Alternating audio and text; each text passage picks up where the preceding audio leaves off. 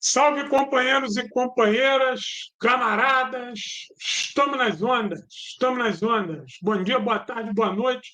Não importa a hora que você verá essa live, o importante é que estamos nas ondas. Estamos nas ondas. Bom, o papo hoje ele é muito motivado, né? O papo de hoje ele é atemporal, né? Ele é atemporal. Mas eu estou fazendo esse papo hoje, quem vê essa live vai entender, né, que é motivado pelos problemas que aconteceram aí no famoso Partido Comunista aí durante essa semana, que eu, por não fazer parte dessa sigla, não me sinto à vontade de entrar nessa discussão em respeito à sigla e os seus filiados. Né? Não tenho esse direito, não é ético. Apesar desse partido ser um partido conhecido, sua ideologia ser conhecida, e é um partido que está em escrutínio público. Mas eu não me sinto. Eu acho que não é uma coisa honesta eu fazer nenhuma crítica. Eu posso fazer análise, mas crítica, quem tem que fazer ou não são os seus membros. Né? Mas eu quero deixar a minha contribuição muito respeitosa a esse partido e a esse momento de contradição, e aqui sem tomar partido de ninguém, sem tecer juízo de valores para ninguém, nem a favor nem contra esse partido, pelo contrário, entendeu? A minha posição é de total observância, um espectador silencioso disso que está aí, até porque isso não, não está no meu radar, esse tipo de discussão.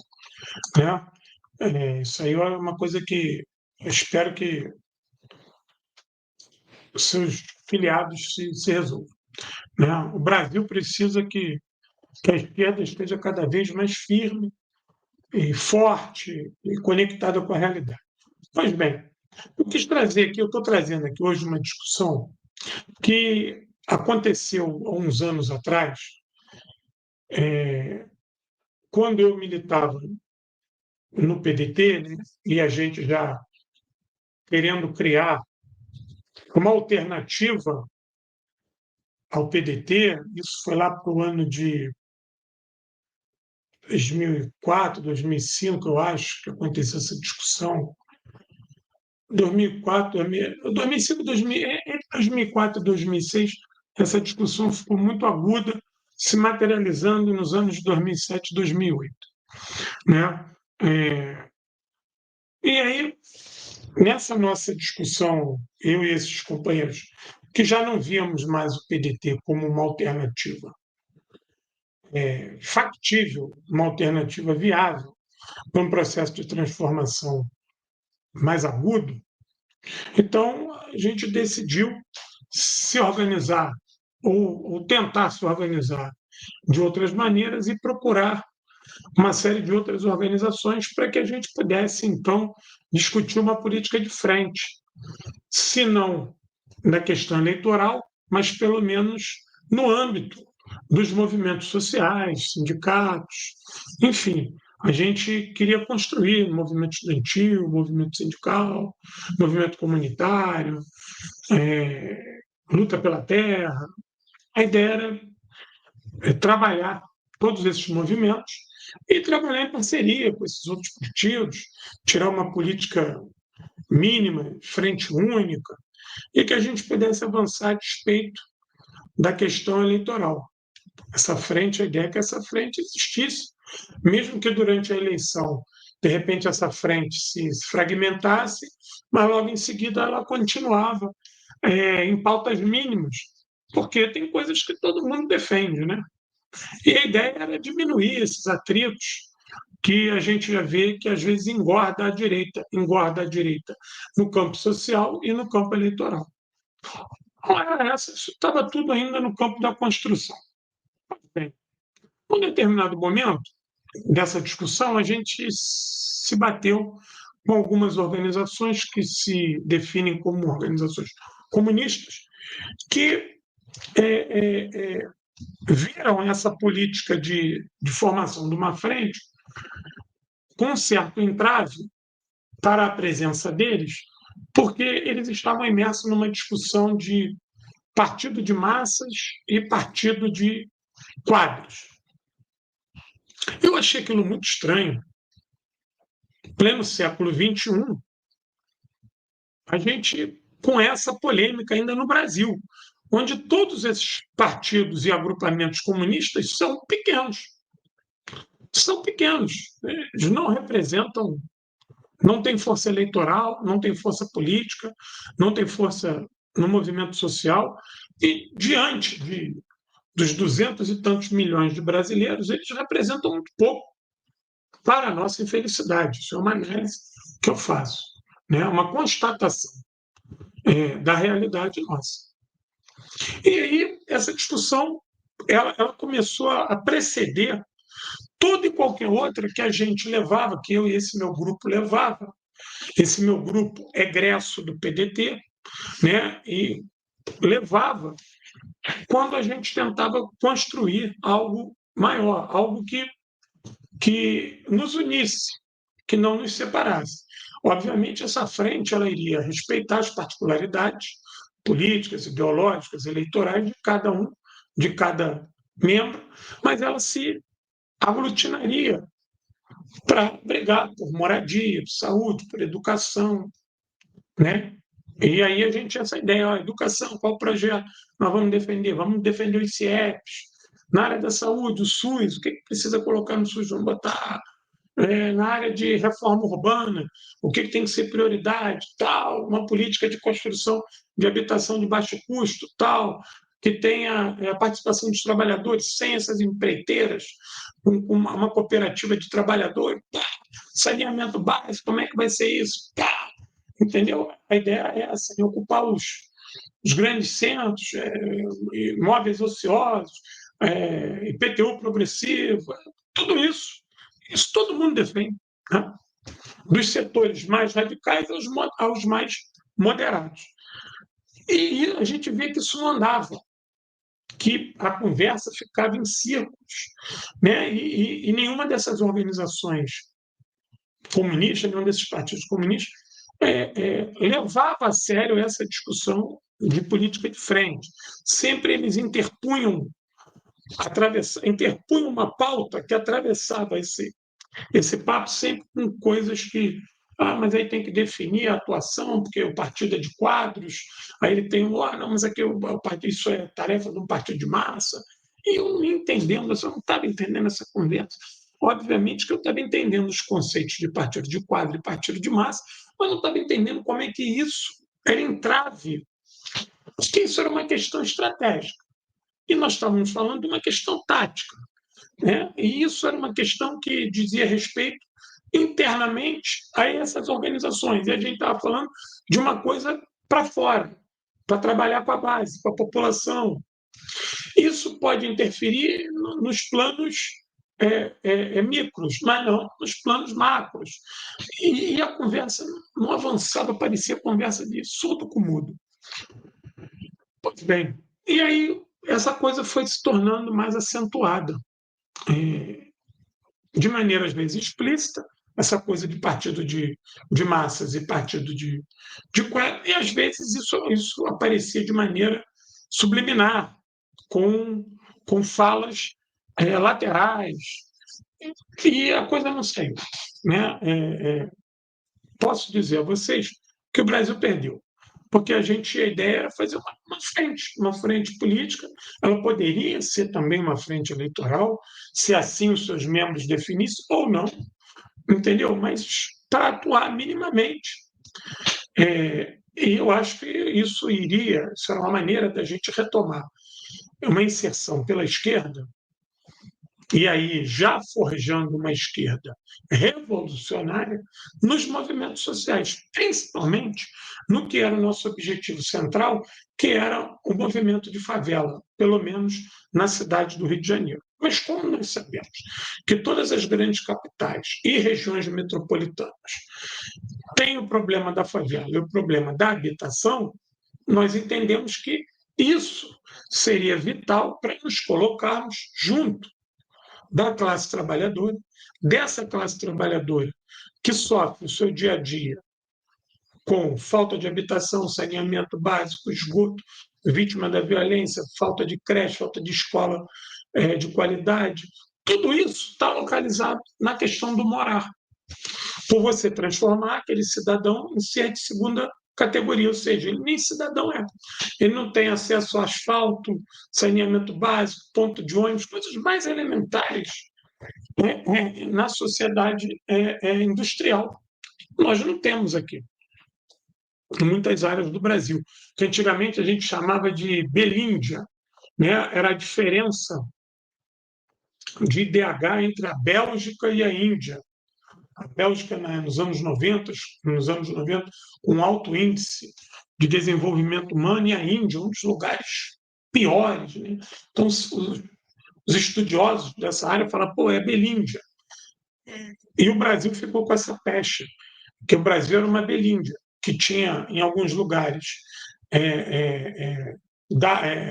dados que nos conectavam à Índia e outros com a Bélgica.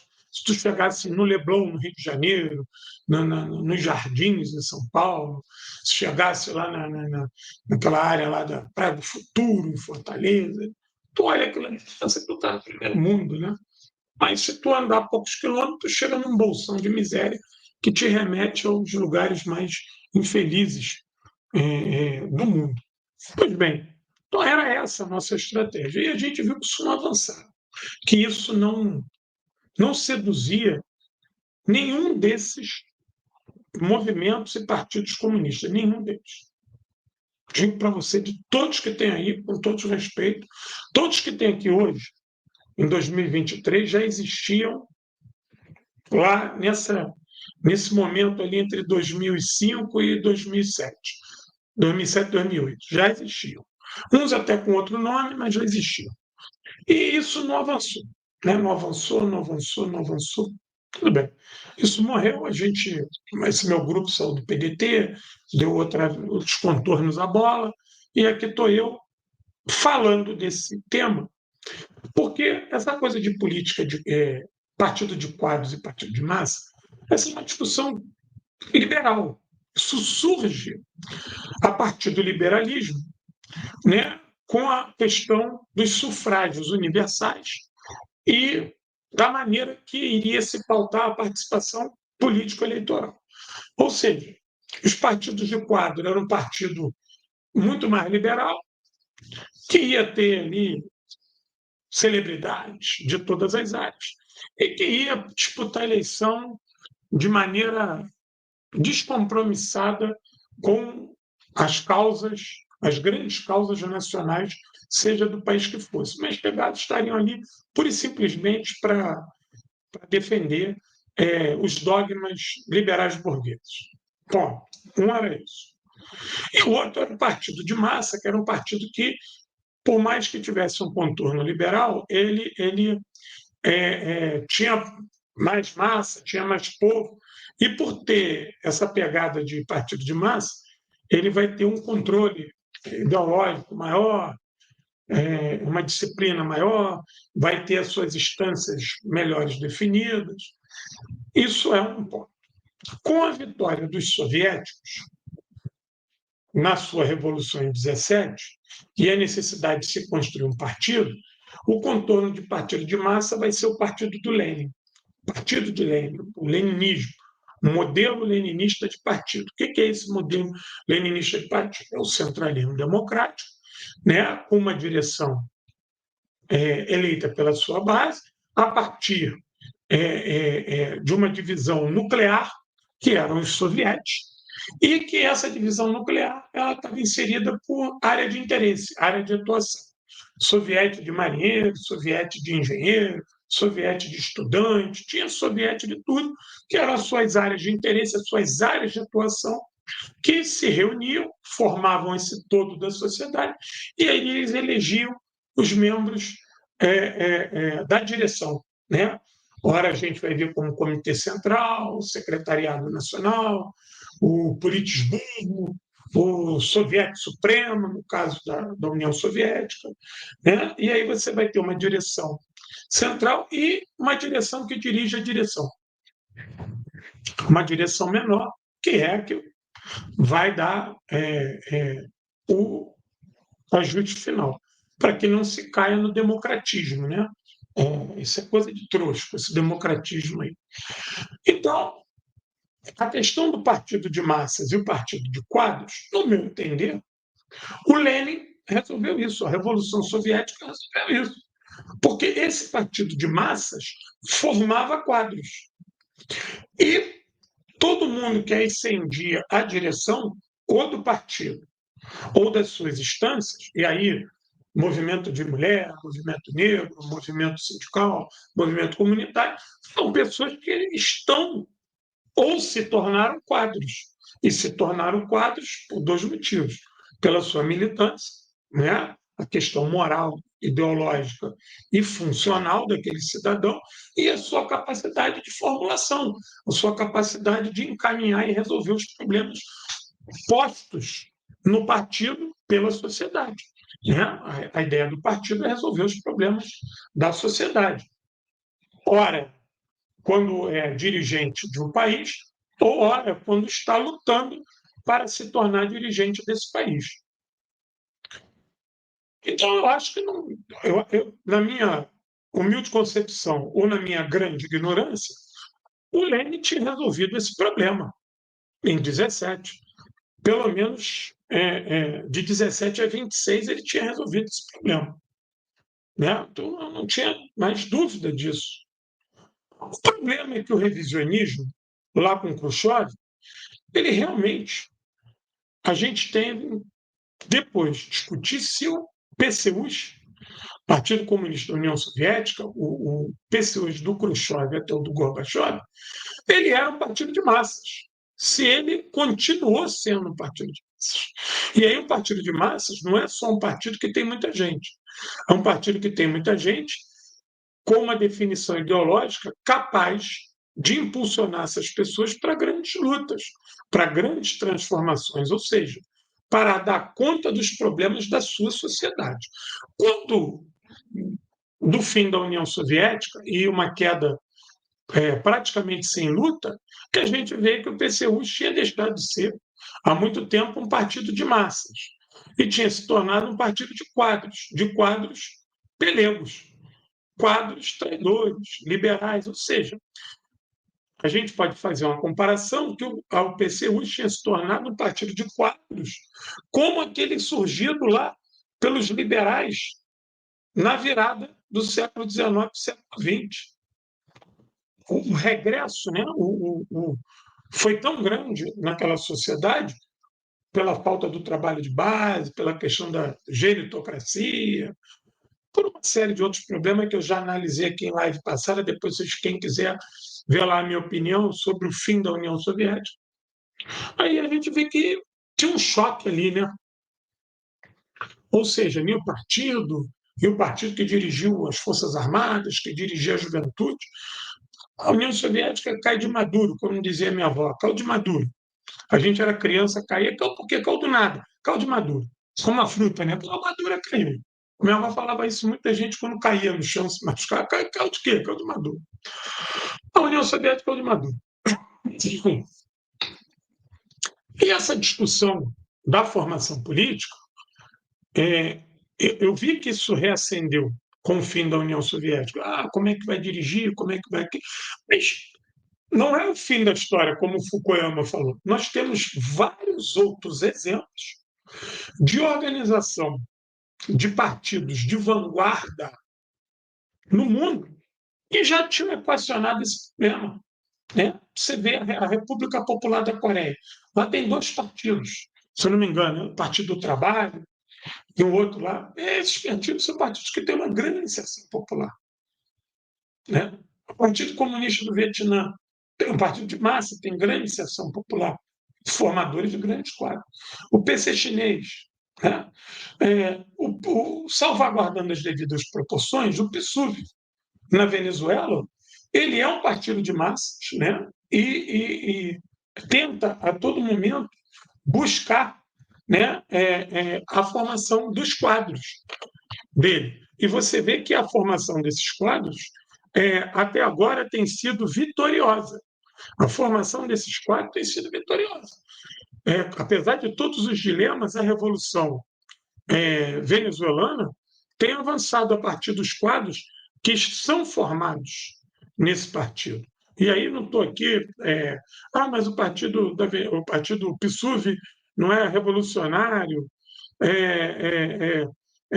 não é o Partido Comunista. Não, tudo bem. Aí a gente vai valorar essa questão do que é o partido, do que é o PSUV na Venezuela outro dia. O que eu quero dizer é o seguinte: essa contradição de partido de massas e partido de quadros, isso já tinha, para mim, sido equacionado em suas várias formas no mundo, inclusive com exemplos de vitória e derrota. Quer um outro exemplo? Vamos para a questão das frentes. Frente Sandinista de Libertação Nacional é uma frente de várias organizações. E detalhe, essa frente ela funcionou para caramba, porque ela ganhou a guerra e fez uma revolução. Ela só não conseguiu se manter no tempo de paz quando ela se insere num processo eleitoral burguês, quando ela aceita a questão eleitoral advinda da Casa Branca. Ali ela teve sérios problemas. Ela teve problema com a derrota eleitoral e teve problemas seríssimos em sobreviver com coerência e como partido de massas fora do poder, nesse período que perdeu a eleição. Ali teve uma série de contradições que impediu o avanço. Ali a gente pode falar assim, não, mas a leitura foi errada, não deveria ter tido eleição. Mas estava em guerra, a guerra estava saturando. Pois bem, isso é uma discussão que cabe lá a eles. Eu, aqui sentado na minha longínqua Irajá, no Rio de Janeiro, eu tenho essa análise. Pode ser que lá, no calor dos momentos, com a bala comendo, o tiro voando, eles analisaram de outra maneira e a análise deles tenha sido certa. Pois bem, o que eu quero dizer é, ali tinha uma política de frente, tinha um partido de massas e um partido de quadros, porque não existe contradição. Partido de massa que não forma quadro está morto. Partido de quadro que não quer crescer para virar de massa, morto está.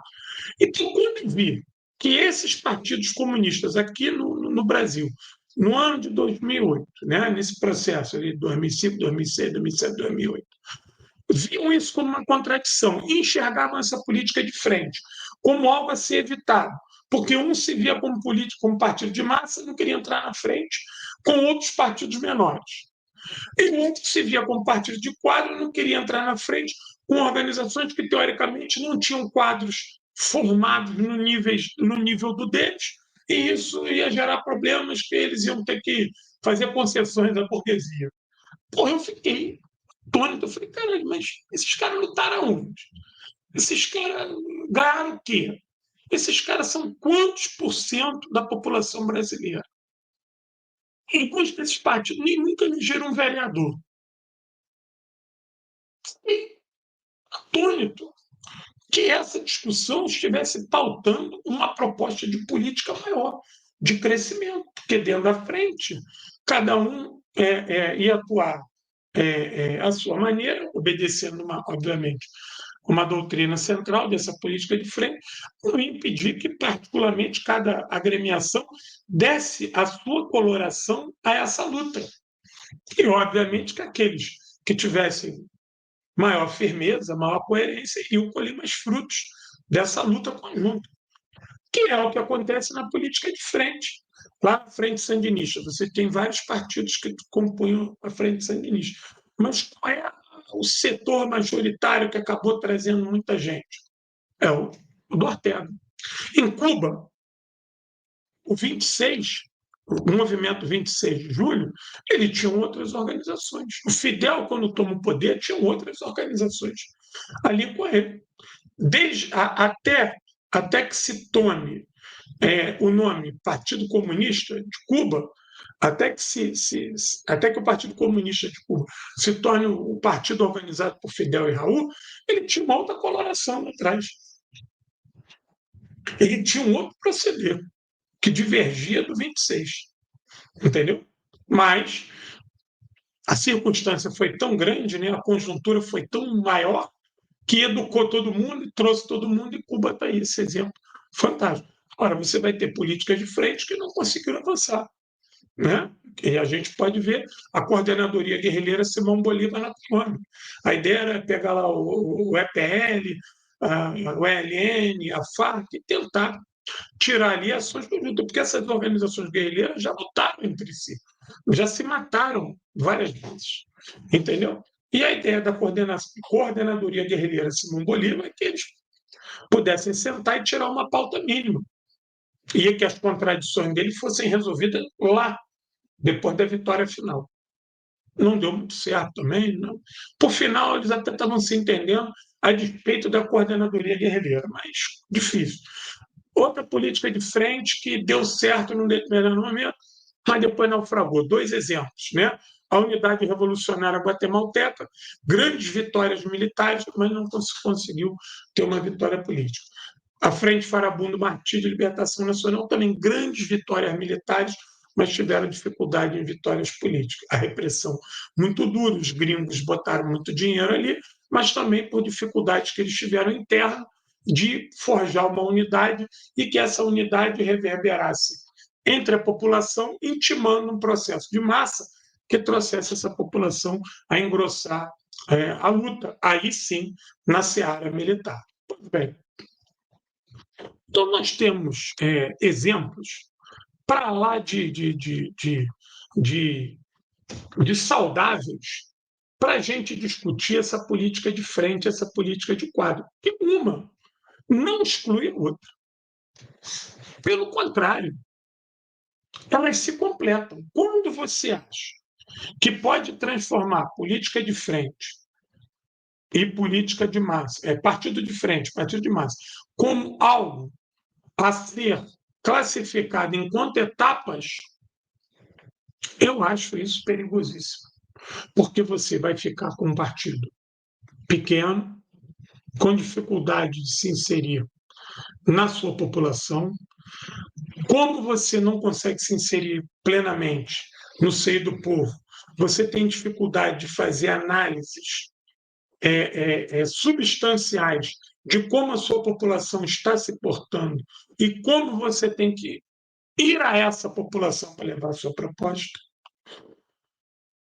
E, do outro lado, quando você carrega nas tintas na questão do partido de massa, mas transforma isso num grande carnaval, num liberou geral, vem todo mundo comigo, vem todo mundo comigo, e aí você não investe na formação, você não investe na disciplina, você não pauta o centralismo democrático. E aí, o que, que aquilo vira? Aquilo vira um antro de liberais. Eu posso dar um exemplo, e aí desse partido eu posso falar, porque eu fiquei lá 17 anos, era o PDT.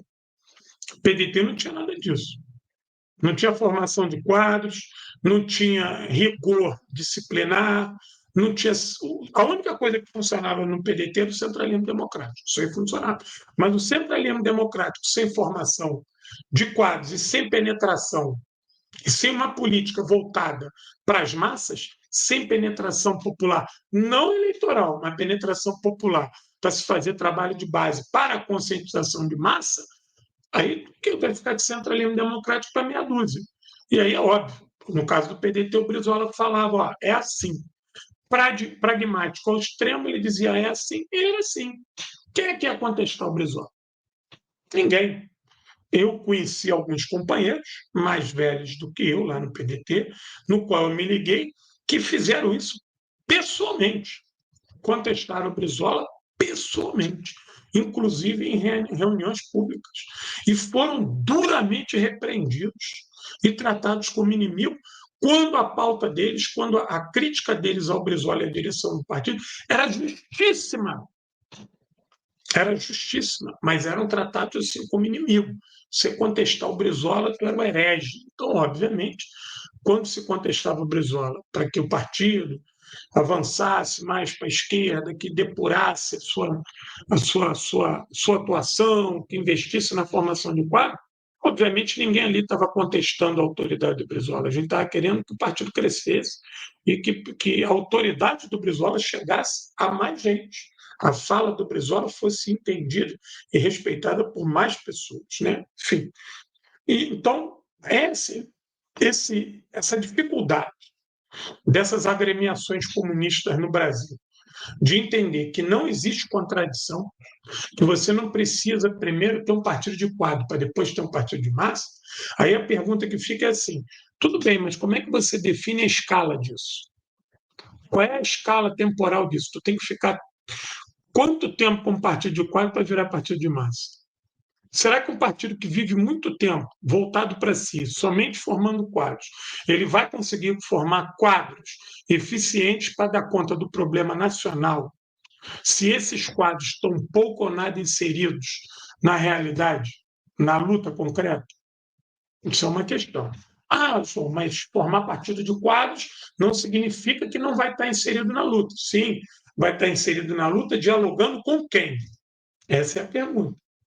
Porque quando você tem um partido de quadros, a ideia é que esse partido de quadros ele interfira na luta, preste atenção, ele interfira na luta muitas das vezes a partir do entrismo. Porque se não é por intermédio do entrismo, então ele está querendo ser um partido de massa, porque ele está querendo girar a sua massa, trazer muita gente para dentro de si. E ao encontro dessa muita gente para formar, então, o seu partido de massa. Ou não? Óbvio que é. Não. A gente quer praticar o entrismo e dar uma direção aqui, dar uma direção ali, para ver como é que a coisa vai, e depois. Bom, eu não concordo com isso.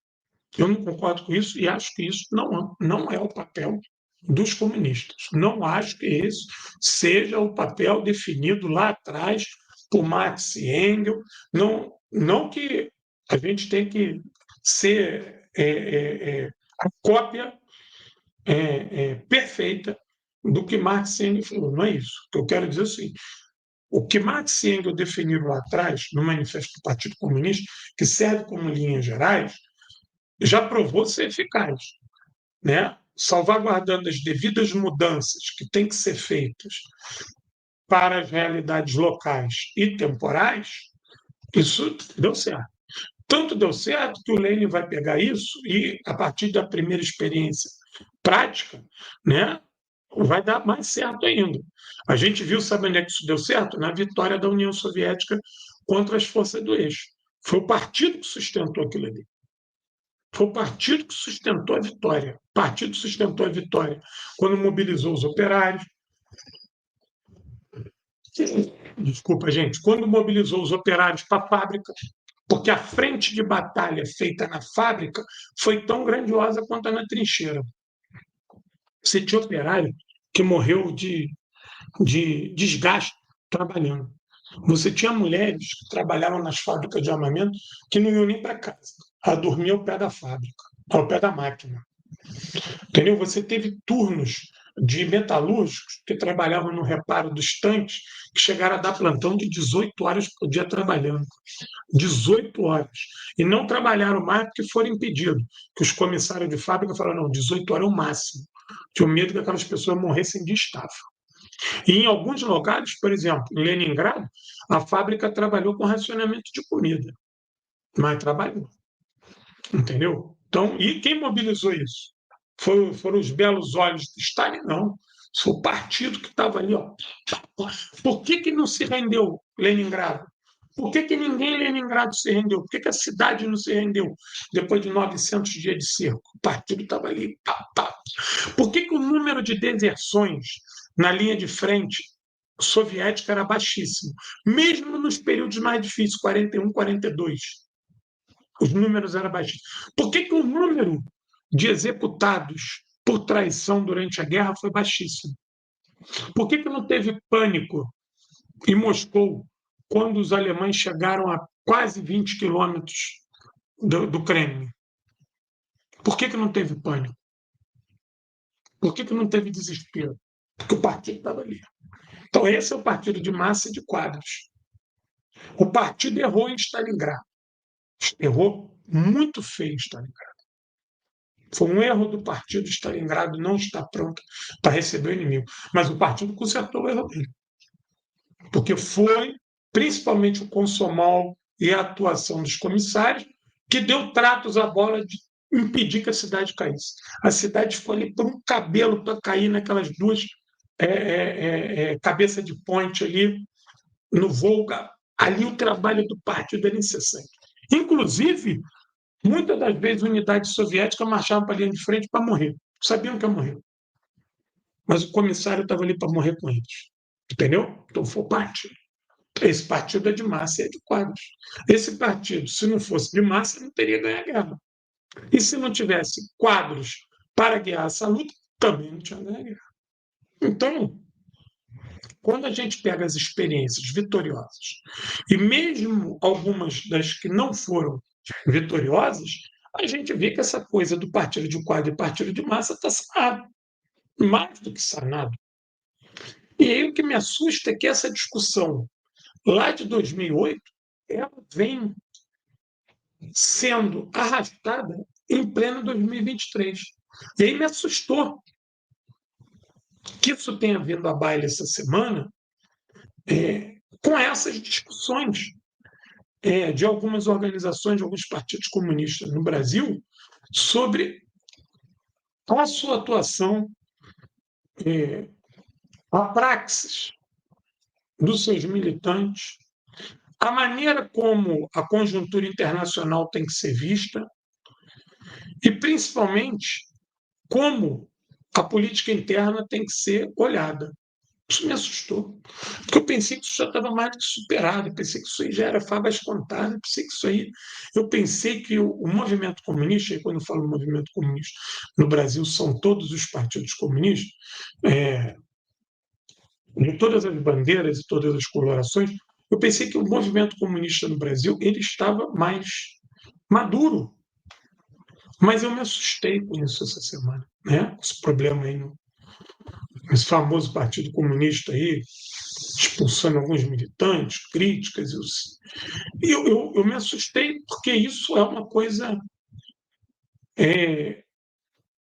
descabida para o momento que a gente vive. Descabida não enquanto política interna deles lá, descabida a nível de movimento comunista como um todo. Da vida deles, sabe eles lá, eu não estou lá para criticar, não. Não estou aqui para criticar, não. Estou criticando. Enquanto comunista, acho que a gente já tinha que ter superado esse tipo de coisa, né? E me insiro nisso também, entre acertos e erros. Então, vi que a resposta para esses problemas, alguma coisa, algumas vezes apareceu aí na rede social, conversando com um, com o outro, né? Quem está vendo essa live aqui de hoje, eu vou deixar. Ela é atemporal, né? Eu não estou fazendo nem ao vivo por causa disso. Isso aqui está gravado. Mas ontem, né, ela está sendo gravada no dia 22/7, mas ontem, no dia 21/7, eu estive lá no CREA, Conselho Regional de Agronomia, Arquitetura e Engenharia, aqui na cidade do Rio de Janeiro, onde nós recebemos lá, junto com os companheiros da Solidariedade à Coreia, meu camarada Lucas Rubio, da KFA, do Centro de Estudo da Política Sunrum, recebemos lá o embaixador da Coreia Popular, o primeiro secretário da Coreia Popular da embaixada também, e lá estava um auditório que cabia 80, tinha mais de 140 pessoas. A maioria esmagadora jovens.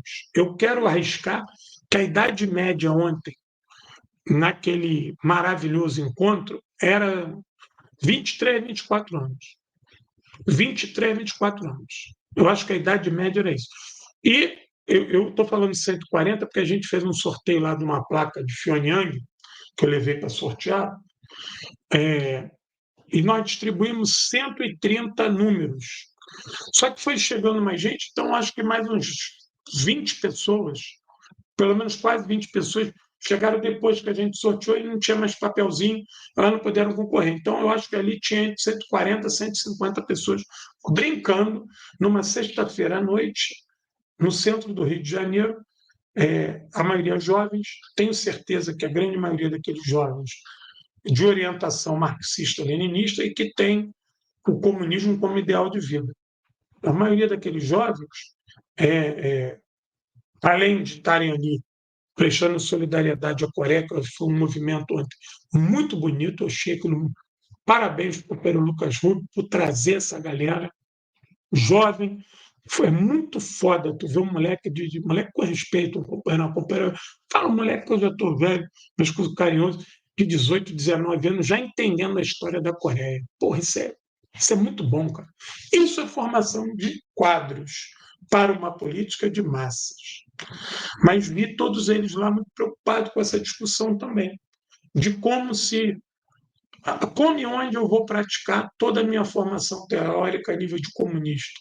E como é que isso funciona na prática, e isso traz ganhos para o movimento comunista, mesmo que em etapas, mesmo que a gente tenha etapas ainda a cumprir antes do socialismo real, mas que essas etapas sejam sinalizadoras de progressão, de avanço. Então, como vi todos eles ali muito sequiosos por querer aprender isso, e muitos ali ligados a esses partidos todos que eu citei aqui, né? Então, essa juventude precisa ser tratada com respeito. Essa juventude ela tem direito de errar. Não é porque nós, e aí eu estou falando para a turma da minha idade, e os mais velhos, né? Não é porque a gente está com a cabeça branca e acumulou um pouquinho mais de experiência que a gente tem que ser carrasco dessa juventude quando ela erra. Nós temos que ser orientador. Claro que a gente tem que separar erro de vacilação. Cara, errou. Vamos lá, vamos tentar acertar isso aí. Agora, a vacilação, a traição, porra, aí não, aí exclui para não dar fruto ruim. Mas o erro faz parte, a gente erra, todo mundo erra. A minha vida é uma sucessão de erros que acabaram dando certo. Mas a minha vida é uma sucessão de erros. Entendeu? Então, eu não estou aqui para apontar o dedo para ninguém. Partido tal, partido. Vocês podem ver que todas as minhas lives aqui, eu sento a porrada nos trouxas e nos cirandeiros. Mas eu não dou nome de partido nenhum, não falo nada diretamente para nenhum partido. Quando falo mal de algum partido, falo do PDT. Pronto, porque eu tive lá 17 anos, saí de lá, repito, 2008, e nunca mais voltei. Então, eu posso falar mal do PDT. E falo mesmo. Toda hora eu falo mal do PDT, porque ficou a mágoa, ficou a tristeza. Né? Então, o que me leva a, a discutir essa questão, eu estava procurando aqui um documento para mostrar, mas não está aqui não. O que me leva a discutir essa questão de que nós temos que depurar o partido, porque o partido é partido de quadro. Nós temos que depurar o partido, porque o partido é de massa. Eu acho que isso é um tremendo equívoco. Eu acho que isso é absurdo. Eu acho que isso é coisa de cirandeiro. Acho que isso é coisa de cirandeiro. Acho que isso é uma discussão tola. Eu acho que isso me parece medo de querer trabalhar na rua, me parece peleguismo, porque de não isso são justificativas para não encontro à massa, porque vai de encontro à massa, vai ganhar massa, vai trazer massa para o partido, vai perder o controle do partido, porque querem viver ali igual a igrejinha, de maneira messiânica, controlando a paróquia.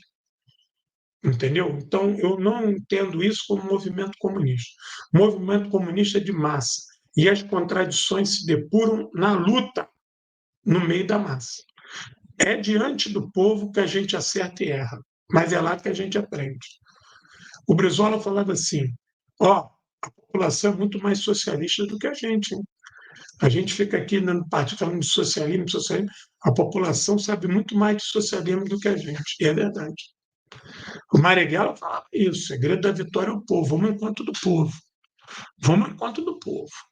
É lá, no seio do povo, que a gente vai discutir quadro e massa. É lá, forjando lá. Não é fazendo do partido uma igrejinha.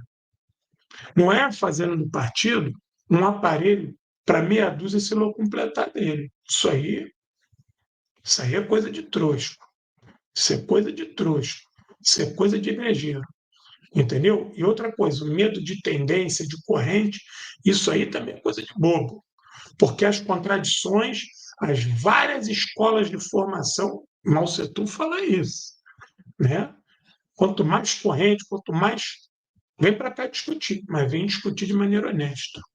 Não vem sabotar, não vem de divisionismo e leva o centralismo democrático a sério. Vem para discutir, perdeu, perdeu. No dia seguinte está todo mundo junto na proposta que ganhou. Pronto. E se a proposta que ganhou não der certo, volta, discute, reorganiza e avança. Entendeu? Só que isso não tem sido feito no movimento comunista no Brasil. O movimento comunista no Brasil tem sido traído por muitas cabeças coroadas, principalmente aquelas que desejam fazer do partido a sua cópia espelho. Querem impor uma vontade pessoal que traz benefícios para esse pequeno grupo, e aí a disputa não é de ideias. Não está se fazendo uma disputa de ideias sobre o tema A, B e C. Está se fazendo uma disputa de alocação confortável no assento do partido. Aí a ideia fica em segundo plano. Então, não existe movimento comunista que não queira construir partido de massa. É mentira, é engodo, isso não é tática. Isso pode ser visto como tática e estratégia. Ó, nós precisamos fundar um partido comunista no Brasil, um novo, vamos. Então vamos reunir aqui meia dúzia de quadros para pensar tática e estratégia? Isso é viável. Então esses quadros vão reunir aqui e vão definir a linha? Vão. A partir de agora vamos para a rua? Vamos. Vamos para a rua fazer o quê? Catar mais quadros? Ah, é importante. E a massa? A massa depois não. Então esquece que isso não vai dar certo. Isso vai virar clube literário. Para ficar de clube literário, vem aqui no meu canal. Esse é um canal que dá menos dor de cabeça. Isso é clube literário. Isso é recreio da classe média. Isso é recreio da classe média muquirana, que quer botar a cabeça no travesseiro e ficar em paz consigo mesmo. Entendeu? Você pode reunir na formação de um partido uma porrada de quadros. E naquele momento, aquele partido ser de quadros, porque ele está traçando as estratégias para ir à massa. Automaticamente, aquele partido de quadros, logo em seguida, no menor curto espaço possível, ele tem que se tornar um partido de massas, formador de quadros. Que porra é essa? A gente vai definir, vai ter estamento no partido? Aí quem diz que eu sou quadro? Quem é que vai ser o eleito para dar a medalha de quadro e vai formar o quadro? E quem não é o quadro? Qual é a diferença de quadro e não quadro? Se não é a prática, se a prática é o critério da verdade. Que porra de conversa fiada é essa? Casta? Que partido comunista é esse que tem casta? Oh, pelo amor de Deus. O que nós temos que entender aí é o seguinte: é quem dirige e quem é dirigido. Não tem problema. Eu não tenho nenhum problema. O companheiro ali é um companheiro dirigente. Ele é dirigente por quê? Porque ele reúne qualidades que eu ainda não possuo. Mas em breve, se a formação for honesta, eu vou ser igual ou melhor do que ele. Porque essa é a dialética da educação. O aluno tem que se formar melhor do que o professor. O aluno tem que superar o professor. Se o professor forma gente mais medíocre do que ele, o ensino está falido. O processo não é de ensino, é ensino e aprendizado. Eu só ensinei se o aluno aprendeu. Se o aluno não aprendeu, eu não ensinei. Esse é o movimento comunista dialético. Esse é o movimento comunista de encontro às massas. Você acha que a Coreia está resistindo àquela palhaçada lá de botar submarino nuclear, de ameaçar, de sanção, de dificuldade para comprar comida? Por quê? Porque lá tem essa história de que aquela ali é a massa, eu sou o quadro. Lá em Cuba está resistindo 60 anos de bloqueio com a brincadeira, é isso? Lá tem isso? Lá tem os companheiros que são dirigentes, que se destacaram na luta, que representam o todo. A presença deles na direção é sempre transitória. E eles têm que estar sempre em busca de gente melhor do que eles, de pessoas melhores para formar uma direção melhor. Repara que Cuba tem sempre gente jovem no comando e que toda hora a direção muda, toda hora ministro roda. Por quê? Porque a todo momento eles estão experimentando pessoas melhores, melhores. Vai lá, toda hora na base, forma e sobe, forma e sobe. Conversa com um dirigente cubano, sempre jovem, sempre entusiasmado, sempre firme, sempre firme. Entendeu? Não tem vacilação.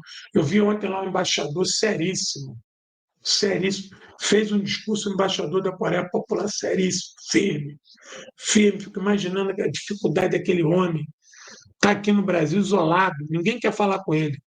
Duvido que aquelas festas cheias de embaixador que alguém convide ele. Duvido, duvido as gracinhas, conversa fiada, a discriminação que ele deve sofrer no meio desses embaixadores, se sentindo seres de outro planeta. Está aqui. Mal falo português, imagina a luta desse homem. Estigmatizado, entendeu? Fica imaginando. E está aí, firme. Representa o país que é mais caluniado. Mas está aí, firme. Firme. Tenho certeza que ele não queria ter saído do país dele para vir para o Brasil. Entendeu? Certeza disso. Porque é outra cultura, tu não vai ver o embaixador da Coreia Popular com uma sunguinha azul, vermelha e estrela branca na praia de Copacabana tomando caipirinha. Tu não vai ver ele fazer isso. Mas tu vai ver uma porrada de embaixador europeu fazendo. Não que isso seja mal, mas a cultura deles é outra, porque estão em guerra. Então ele tem todo um gestual, tem todo um comportamento que impede, às vezes, até de ele se divertir por causa da situação que está o país dele. E o país dele não está nessa situação que se colocou, não, foi colocado. Então, como é que a gente vai discutir isso? Quadro e massa na Coreia. Lá todo mundo faz parte de um movimento de massa. Todo mundo quer sustentar aquele país. Então, quando eu vejo aqui a mediocridade de alguns partidos comunistas que não conseguem eleger um vereador, fazendo essa discussão de não, aqui é um partido de quadros, não, aqui é um partido de massa. É o partido de massa que não elege ninguém, o partido de quadro que não forma ninguém. Como é que é isso? Aí, se a gente levar o radical da coisa, e aí, vamos ser bem radical. O dever do revolucionário é fazer revolução. Os partidos comunistas são revolucionários. Então, cadê a revolução? Qual é a etapa do processo revolucionário que eles apresentam para a gente? Então, a discussão não é essa. Então, a discussão é: não existe contradição entre partido de quadro e partido de massa. Partido comunista que queira lutar para a libertação nacional, visto esse processo como uma etapa inicial do socialismo, bom, ele tem que ter massa e tem que ter quadro. Ele vai precisar dos seus quadros dirigentes que vão ser formados na massa. Se ele não tiver massa, se ele não tiver como objetivo a conscientização de massa e que essa massa entre no partido para ser formado enquanto militantes marxistas-leninistas e transformadores e pensadores do processo revolucionário brasileiro, então está brincando, está em clube literário. Pô. Então é reunião de gente boa para trocar ideia maneira e depois voltar para casa, só para fingir que está fazendo alguma coisa. Então, o que eu quero dizer chegando ao final disso? Eu, muito humildemente, com todo respeito a esses partidos, acho que se continuarem imersos nessa discussão tola de partido de quadro e partido de massa, vendo esses dois conceitos como etapas de construção do movimento comunista brasileiro, estão fadados a morrerem no meio do caminho, ou de se tornarem muito do que já são, um pequeno agrupamento de gente classe média que finge que vai fazer a revolução. E olha, todos esses partidos, eu quero dizer o seguinte, eles possuem uma base maravilhosa. A base dos partidos comunistas no Brasil é fantástica. É gente jovem de guerra pra caralho. É gente com uma disposição do caralho. É gente que eu fico olhando assim, caralho, eu queria ter. Tem uma companheira que eu sigo aqui, cara. No outro dia eu estava vendo um trabalho dela lá em São Paulo. Eu falei assim, caralho, eu queria ganhar na Mega Sena para mandar um dinheiro para ajudar ela a fazer aquele trabalho 5 vezes maior.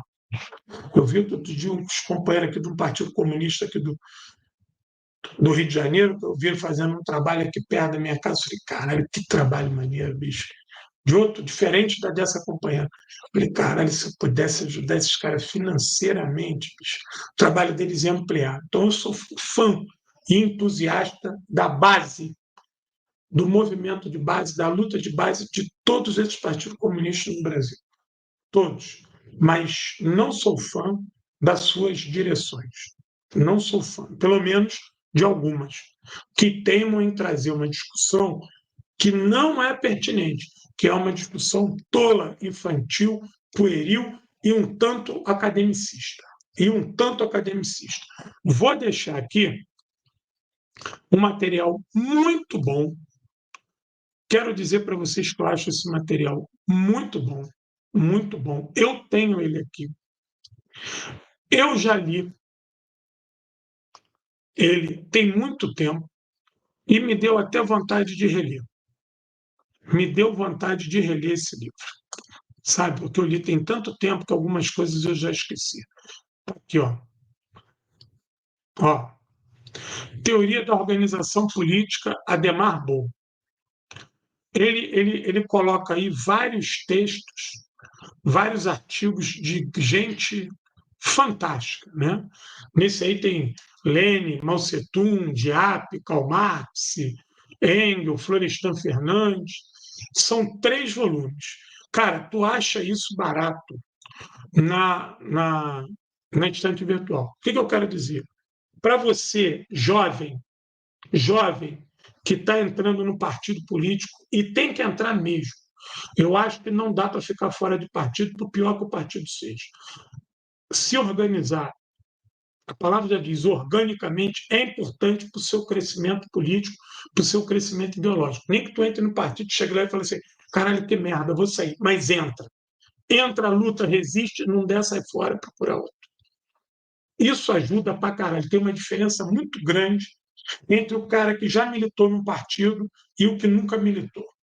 O que já militou no partido, ele consegue ter o pé um pouco mais no chão, ele consegue entender coisas que aquele que nunca militou e fica só criticando, não consegue entender. Agora, claro, tem gente que nunca militou em partido político, mas está em movimento social. Aí eu vejo quase como a mesma coisa. Aí o cara tem disciplina, tem tática, tem estratégia, tem dinâmica. Aí é diferente. Eu estou dizendo que aqueles que não fazem nada, fica só do lado de fora, criticando e se acha o super-homem da revolução. Então, ó, são 3 livros. 3 livros, ó. Teoria da Organização Política. São 3 livros. Quem puder compra, não é caro. E olha, vale muito a pena ler esses 3 livros, entendeu? E fazer o quê? Faz uma roda de discussão. Junta a gente, lê um livro desse, entendeu? Ó, vamos ler junto, cada um lê um capítulo. Pega o livro, ó, essa semana lê você, essa semana lê você, junta 10 cabeças. Agora se reúne, discute o livro. Ah, vamos tirar uma atividade a partir do que a gente aprendeu no livro?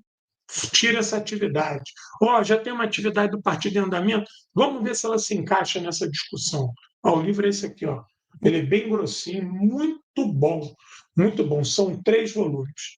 Eu acho que isso vale a pena. E, por favor, o recado que eu deixo para os companheiros e companheiras, não caiam nessa discussão falsa, tola, pueril, de partido de massa, partido de quadro. Todo partido que quer fazer revolução dentro do movimento comunista tem que ser um partido de massas, com muitos quadros, capaz de fabricar muitos quadros. Esses quadros têm o papel de dirigir e assumir a vanguarda. E de toda hora esse quadro ir lá na massa, na base, ter a humildade de aprender, de se reciclar e ajudar na formação de mais quadros, até que todos nós sejamos quadros e todos nós sejamos massa, mas massa transformadora, não é massa de manobra. Bom, eu quero agradecer a todos e todas. Quem puder, ajuda o canal. Estou precisando muito dessa ajuda para a gente botar o Aço Vermelho na rua. O Pix está aqui. Qualquer ajudinha, mete bronca, vale muito a pena. Entendeu? Eu só posso mandar 10 centavos, 20 centavos, R$1, R$2. Manda, onde pinga no seca. E está aqui o material que eu quero mostrar aqui para vocês, que é o material de venda. Quem, por favor, não comprou ainda, Faça isso, olha, as placas estão muito bonitas. Eu acho que vale muito a pena botar as plaquinhas aí, ó. Para quem não conhece, deixa eu botar aí, ó. Ó, essas placas são um show de bola para você decorar. São antifascistas, botou isso em casa, o fascista já não vem, entendeu? Muito bacana para decorar o local de trabalho, onde mora, o quarto, a casa. Elas são 40 centímetros por 15, são grandonas, elas são de PVC, impressas a laser em alta definição, então é bem bonito. Elas parecem mesmo que são de metal, mas não são, são de plástico. Exército Vermelho na mira de Vargas, compre para vocês entenderem o reflexo da Batalha de Moscou, Stalingrado e Kursk no Brasil, como isso ajudou o Brasil a se livrar do autoritarismo do Estado Novo. Leiam que é uma pesquisa interessante da história do Brasil. E, por último, a Enciclopédia Guerras e Revoluções. 3 livros por R$ 100. Eu quero ver quem é que vende 3 livros por R$ 100, ainda com frete grátis para a região sul e sudeste. Demais regiões, manda um alô para mim para a gente fazer uma pesquisa do frete, que muda pouca coisa. Companheiros e companheiras, quero agradecer a vocês. Estamos nas ondas e vamos em frente. Hurra!